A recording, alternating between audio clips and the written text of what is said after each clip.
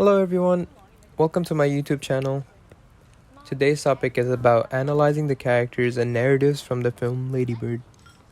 In the film Lady Bird, the main character, who is Christine, renames herself as Lady Bird as she does not like her real name. The film helps showcase the upcoming age of the teenage life to adulthood, also while transitioning from high school to college life. The film portrays the intense relationship between the mother, Marin, and the daughter, Ladybird. In the beginning of the film, the audience can see that the Ladybird and her mom are in a car on an empty road and finishing up the recording of the Grapes of Wrath, which makes both of them sob a little bit.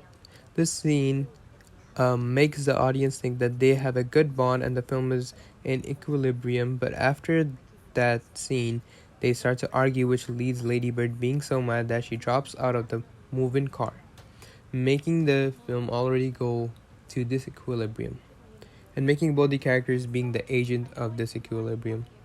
As the narrative further progresses, the audience can see that Lady Bird is jealous of the upper class as she wants to move to New York City and want to look like the people from the magazines.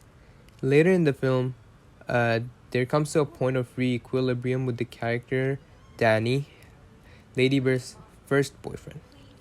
She seems to be so happy and everything goes so well till the point where she finds out that her boyfriend is actually not straight as she catches him kissing another boy in the bathroom. Lady Bird is seen crying with her best friend Julie, and it comes to the point of disequilibrium again.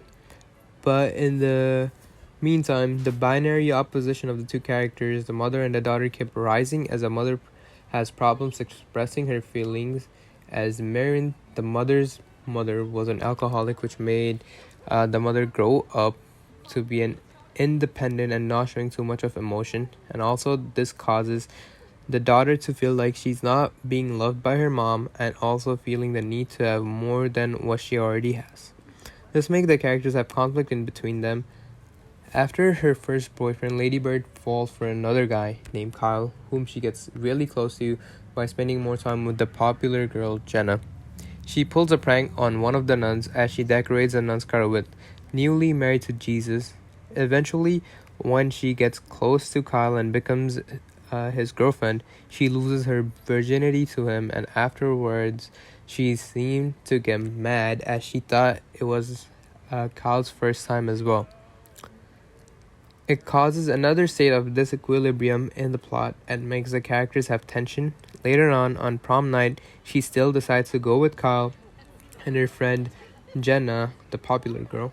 But when they weren't trying to go to prom and skip prom, she tells Kyle to drop her off at Julie's house, where she seemed to reunite with her best friend, and then they both decide to go to prom. And this causes them, Julie and Lady Bird, to have a calm relationship with each other. On the graduation night, her mom finds out that she has applied to a school in New York and got waitlisted there, which breaks the mother's heart as she thought her child was going to Davis.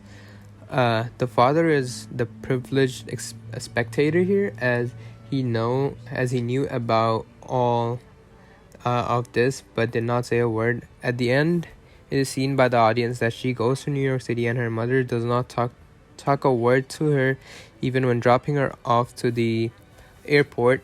She does not seem to care and go drive by, but afterwards she hurriedly pulls up on the airport and starts crying because she just let her baby go without saying bye.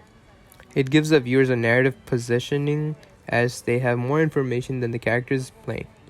At the end, it is seen that Lady Bird finally starts to like her name, Christine, as she introduces to a guy with that name, and also when she calls back home to leave a voicemail, she introduces her as Christine. This shows how her character arc has changed, and after all of that, she asks forgiveness from her mother and tells her that she loves her and whatever the parents have done for her, is enough, and then she hangs up, thus leaving the film in new equilibrium and making things better for the mother and the daughter. Thank you for tuning in today, and I'm Agono. Peace.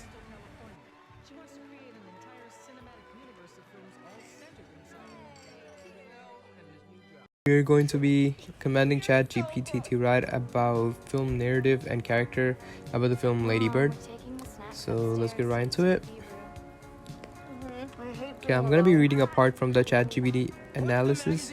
So the part I chose is Lady Bird's journey of self-discovery and her strange relationship with her mother, Marin. Lady Bird dreams of escaping her hometown, attending college on the East Coast, which creates tension between her and her mother, who wants her to stay closer to home. The film explores themes of identity, family dynamics, and the challenges of adolescence. Lady Bird navigates friendships, romantic relationships, and the complexities of growing up, all while trying to find her place in the world. That's the part that's the part from ChatGPT. And then I'm gonna be also reading some parts where it sounds like it's written by a bot. So the first example I have here is the film's narrative primarily revolves around Lady Bird's journey of self-discovery and her strained relationship with her mother, Mary. So this example could have been written by a student, but it is too short and precise, and normally students like to write a lot and analyze more and give more details. So this kind of sounds like written by a bot.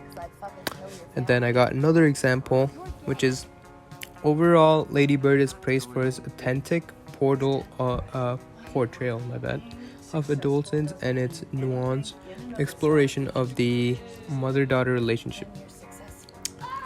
Over here, it also sounds like an AI written because people normally add more details to it and add more characters that are in the film. And over here, it's like really tiny and like more advanced kind of thing. And the use of words and look too professional, at least for the beginners. So yeah, those are the two examples I have. And then if the writing is authentic, the writing is authentic and looks very professional and short, and it's like a summary with analysis of the movie. With the writing from the AI, we can learn that it's professional.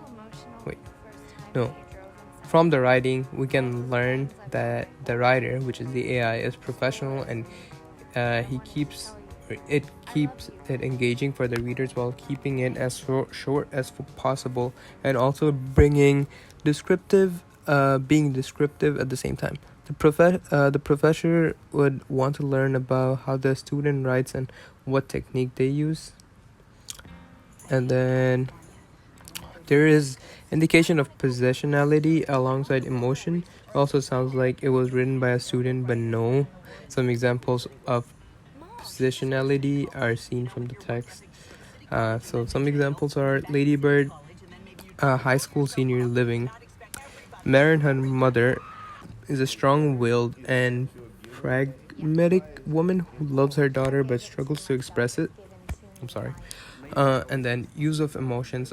There are some examples here too for that, which is use of emotions such as which creates tension between her and her mother, who wants her to stay closer home. And Lady Bird herself is a rebellious and opinionated teenager, constantly seeking validation and trying to find her own path. So those are some examples of positionality and emotion. And that's gonna be it for this video. I'm sorry if I spoke or pronounced some words wrong.